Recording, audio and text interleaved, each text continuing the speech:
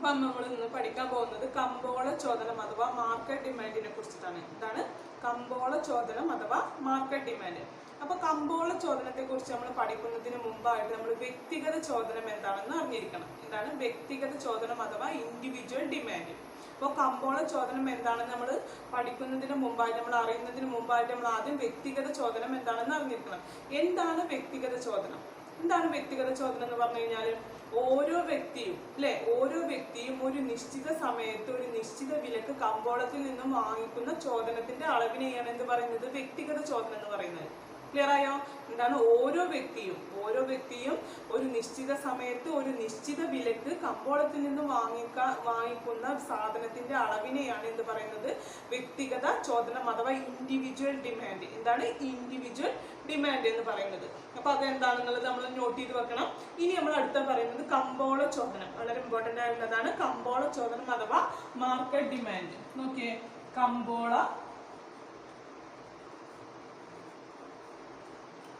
ചോദനം market demand.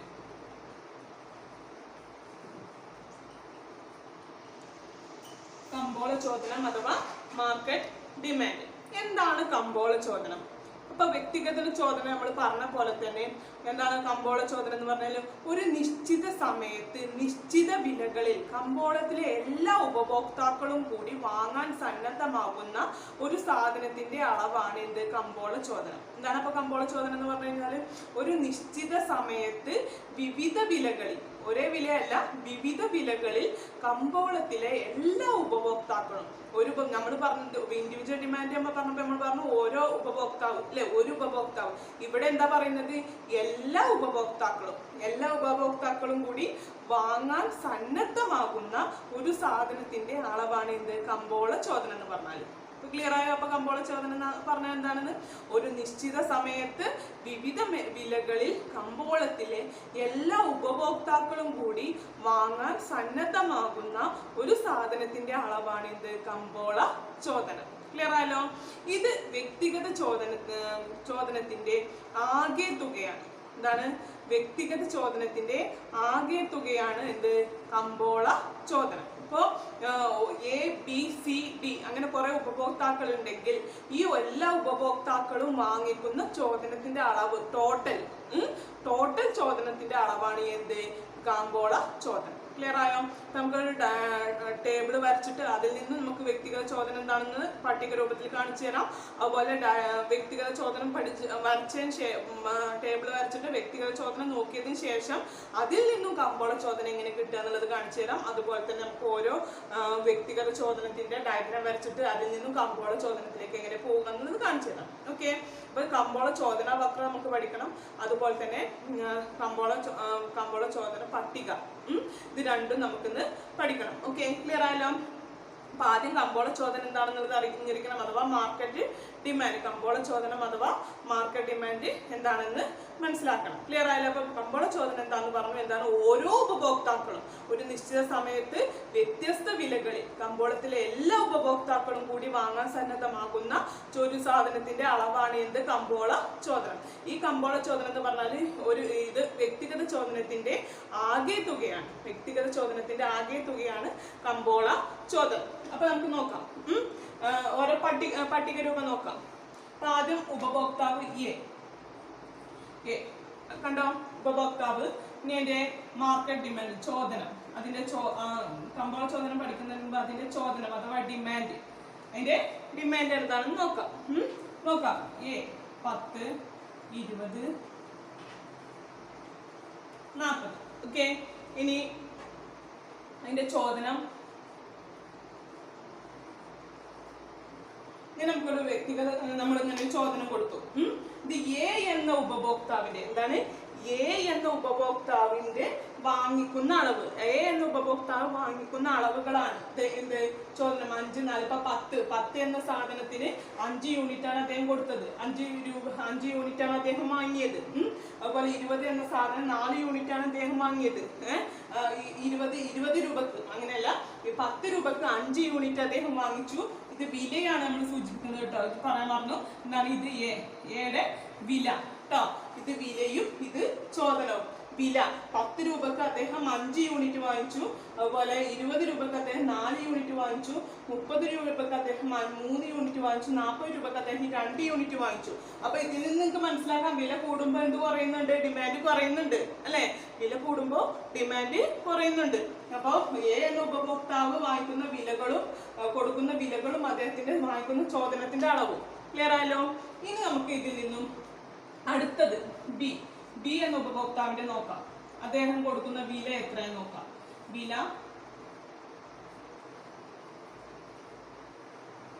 കാണില്ലേ? വില 10, 20, 30, 40. മനസ്സിലായോ? ഇനി അദ്ദേഹത്തിന്റെ ചോദനം ഡിമാൻഡ്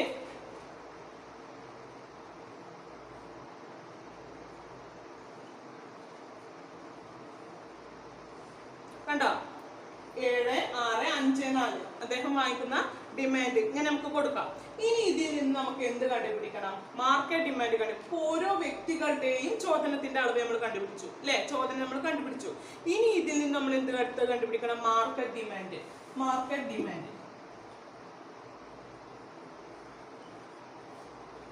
ഡിമാൻഡ് കണ്ടുപിടിക്കണം അല്ലെ? ഇപ്പൊ മാർക്കറ്റ് ഡിമാൻഡ് എന്ന് പറഞ്ഞ വില ഇത് തന്നെയാണ്. എത്ര? 10, 20, 30, 40 പ്രൈസ് അല്ലെ? വില ഇത് തന്നെയാണ്. 10, 20, 30, 40 ക്ലിയർ ആണോ? ഇനി അതിന്റെ മാർക്കറ്റ് ഡിമാൻഡ് വെറും ഡിമാൻഡ് അല്ല, നമ്മള് മാർക്കറ്റ് ഡിമാൻഡ് ആണ് കണ്ടുപിടിക്കുന്നത്. മാർക്കറ്റ് ഡിമാൻഡ് ആണ് കണ്ടുപിടിക്കുന്നത്. മാർക്കറ്റ് ഡിമാൻഡ് എത്രയാണ്? മാർക്കറ്റ് ഡിമാൻഡ് എന്ന് പറഞ്ഞാൽ എന്താണെന്നാ പറഞ്ഞത്? എല്ലാ വ്യക്തികളുടെയും അല്ലെ? എല്ലാ വ്യക്തികളുടെയും ചോദനത്തിന്റെ അളവല്ലേ മാർക്കറ്റ് ഡിമാൻഡ് എന്ന് പറഞ്ഞു കഴിഞ്ഞാൽ. അപ്പൊ ഇവിടെ എല്ലാ വ്യക്തികളുടെയും ഇപ്പൊ എയുടെയും ബിയുടെയും ചോദനത്തിന്റെ അളവ് നമ്മൾ കണ്ടുപിടിക്കണം. എയുടെ എത്രയാണ്? 5ഉം 7ഉം എത്ര കിട്ടും? 12 അല്ലെ? 12 കിട്ടും. ഇനി 4ഉം 6ഉം എത്ര കിട്ടും? 10 കിട്ടും. പിന്നെ 3ഉം 5ഉം എത്ര കിട്ടും? 8, 2, 4, 6 കിട്ടിയോ? മാർക്കറ്റ് ഡിമാൻഡ് കണ്ടുപിടിച്ചത് എങ്ങനെ? മാർക്കറ്റ് ഡിമാൻഡ് കണ്ടുപിടിച്ച് നമ്മള് ഓരോ വ്യക്തിഗത ചോദനവും കണ്ടുപിടിച്ചു തന്നിട്ടുണ്ട്. ഒരു എയുടെയും ബിയുടെയും വ്യക്തിഗത ചോദനങ്ങൾ തന്നിട്ടുണ്ട്. ഉപഭോക്താവ് എ എന്ന വ്യക്തിയുടെ ചോദനം തന്നിട്ടുണ്ട്. അതുപോലെ ഉപഭോക്താവ് ബി എന്ന വ്യക്തിയുടെ ചോദനം തന്നിട്ടുണ്ട്. അദ്ദേഹം കൊടുക്കുന്ന വില തന്നിട്ടുണ്ട്. അതുപോലെ തന്നെ ഡിമാൻഡും തന്നിട്ടുണ്ട് അല്ലേ? ഇനി ഇതിന്റെ ഹൊറിസോണ്ടൽ സമ്മേഷൻ ആണ്. എന്താണ്? ഹൊറിസോണ്ടൽ സമ്മേഷൻ ആണ് എന്ത്? മാർക്കറ്റ് ഡിമാൻഡ് എന്ന് പറഞ്ഞത്. അപ്പൊ മാർക്കറ്റ് ഡിമാൻഡ് എന്ന് പറഞ്ഞാൽ it is the horizontal summation of the individual demand. അതാണ് it is the horizontal summation of the individual demand. അതാണ് മാർക്കറ്റ് ഡിമാൻഡിന്റെ ഡെഫിനിഷൻ. ക്ലിയർ ആയോ? മാർക്കറ്റ് ഡിമാൻഡ് എന്ന് പറഞ്ഞു കഴിഞ്ഞാൽ ഒരു നിശ്ചിത സമയത്ത് വിവിധ വിലകളിൽ കമ്പോളത്തിലെ എല്ലാ ഉപഭോക്താക്കളും കൂടി വാങ്ങാൻ സന്നദ്ധമാകുന്ന ഒരു സാധനത്തിന്റെ അളവാണ് എന്ത്? കമ്പോള ചോദനം. അപ്പൊ നമ്മള് കമ്പോള ചോദനം കണ്ടുപിടിച്ചു. അതിന്റെ ഷെഡ്യൂൾ അല്ലെ? പട്ടിക നമ്മൾ എഴുതിയിട്ടുണ്ട്. എ എന്ന ഉപഭോക്താവിന്റെയും ബി എന്ന ഉപഭോക്താവിന്റെയും എഴുതി തന്നിട്ടുണ്ട്. അതിൽ നിന്ന് നമുക്ക് മാർക്കറ്റ് ഡിമാൻഡ് കണ്ടുപിടിച്ചു. വില ഇത് തന്നെയാണ്. പിന്നെന്താണ്? ഇത് രണ്ടും കൂടെ കൂട്ടി അല്ലെ? ഓരോന്നിന്റെയും ഓരോ എ എന്ന ഉപഭോക്താവിന്റെ ചോദനവും അതുപോലെ തന്നെ ബി എന്ന ഉപഭോക്താവിന്റെ ചോദനവും തമ്മിൽ കൂട്ടി കിട്ടിയതാണ് എന്ത്? Market demand. ക്ലിയർ ആയല്ലോ എല്ലാവർക്കും? സംശയമൊന്നും ഇല്ലാന്ന് വിചാരിക്കുന്നു. ഇനി നമുക്ക് ഇതിന്റെ ഡിമാൻഡ് കർവ് നോക്കാം.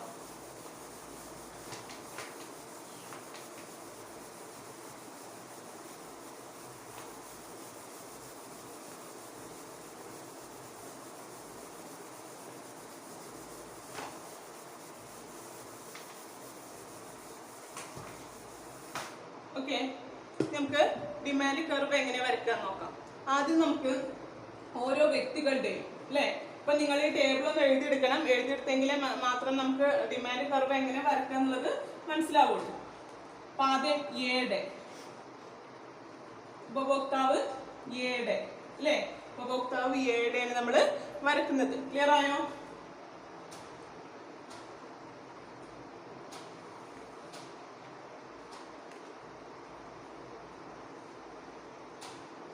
അപ്പൊ എയുടെ എത്രയായിരുന്നു അളവ്? ഇത്ര അളവുണ്ടായിരുന്നു? 5, 4, 3, 2 അല്ലെ? എത്രയാണ്? 5, 4, 3, 2 ആയിരുന്നു അളവുണ്ടായിരുന്നത് അല്ലെ? ഇപ്പൊ നമ്മൾ താഴെ ഏതാണ് അടയപ്പെടുന്നത്? ചോദനം. അത് അളവ് അതറിയാലോ നിങ്ങൾക്ക്. താഴെ ചോദനം അഥവാ അളവാണ്. ഇവിടെ y ആക്സിസിൽ ഏതാണ്? വില. x ആക്സിസിലെ അളവും y ആക്സിസിലും വിലയാണ് അടയപ്പെടുന്നത്. ഇപ്പൊ വില എന്ന് പറഞ്ഞാൽ 10, 20, 30, 40 അല്ലെ?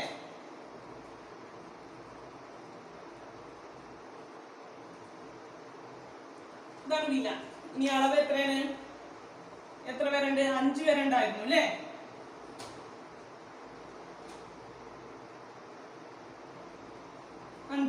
ഓക്കെ, ഇനി മനസ്സിലാവുണ്ടല്ലോ അല്ലേ? ഇനി നമ്മള് ആദ്യത്തെ ഇത് നോക്കണം. 10. 10ന്റെ നേരെ എത്ര വരുന്നുണ്ട്? 10ന്റെ നേരെ എത്രയാണ് വരുന്നത്? 5 അല്ലേ? 5 നമുക്കറിയാം, നിങ്ങൾക്ക് മാർക്ക് ചെയ്യാനൊക്കെ അറിയാമെന്ന് വിചാരിക്കുന്നു. 10ന്റെ നേരെ 5.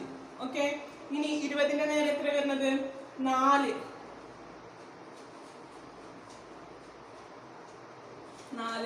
അടുത്ത 30ന്റെ നേരെ എത്ര വരുന്നുണ്ട്?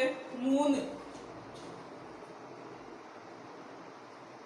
40ന്റെ നേരെ എത്ര വരുന്നുണ്ട്?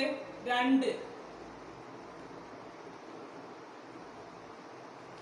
കിട്ടിയല്ലോ? അപ്പൊ നമുക്ക് ഡിമാൻഡ് കർവ് വരക്കാം. അപ്പൊ ഈ പോയിന്റുകൾ തമ്മിൽ കൂട്ടി യോജിപ്പിക്കുക.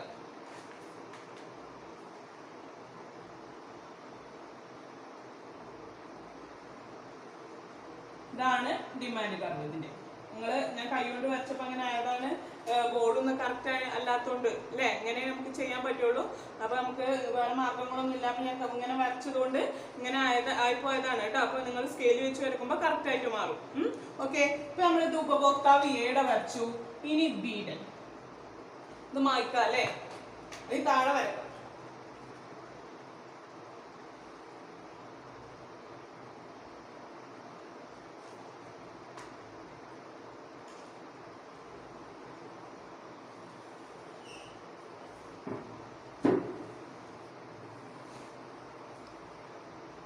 എത്രയാണ് ഉപഭോക്താവ് ബിയുടെ എത്രയായിരുന്നു ഉണ്ടായിരുന്നത്?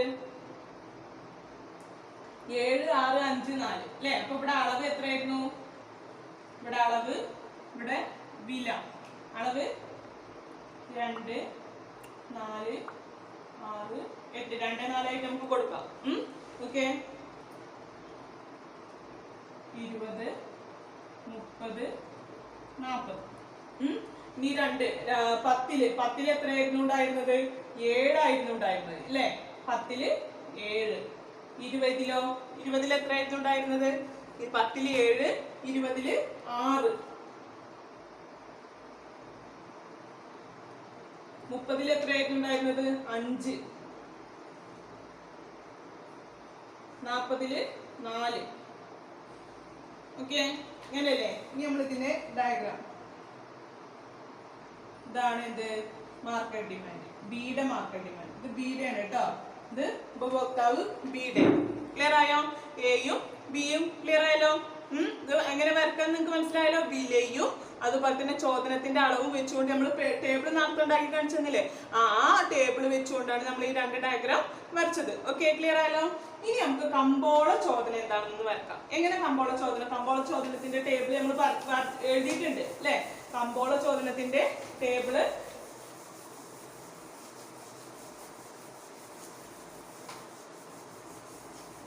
കമ്പോള ചോദനത്തിന്റെ ടേബിൾ തന്നിട്ടുണ്ട്. ഇനി നമുക്ക് കമ്പോള ചോദനം നോക്കാം. Market demand.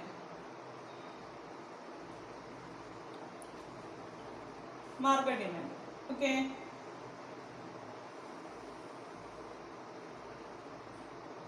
y x അളവ്, അതുപോലെ തന്നെ വില. കമ്പോള ചോദനത്തിന്റെ അളവ് എത്രയായിരുന്നു ഉണ്ടായിരുന്നത്? അറിയാലോ? എത്രയാണ്? ആദ്യം നമുക്ക് മാർക്കറ്റ് ഇൻഡിവിജ്വൽ ഡിമാൻഡിന് 7 ആയിരുന്നു, 5 ആയിരുന്നു. ബിക്ക് എന്തായിരുന്നു? 7 ആയിരുന്നു. അത് രണ്ടും കൂടെ കൂട്ടിയപ്പോൾ നമുക്ക് എത്ര കിട്ടി? 12 കിട്ടി അല്ലേ? അപ്പൊ നമുക്ക് നടയപ്പെടുത്താം. 20 12.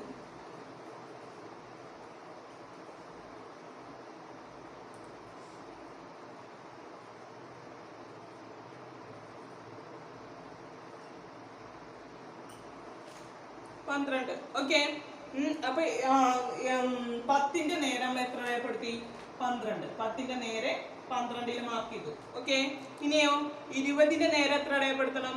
6ഉം 4ഉം കൂടെ അതിന് നമുക്ക് എത്ര കിട്ടിയത്? 10 കിട്ടി അല്ലെ? 20ന്റെ നേരെ 10.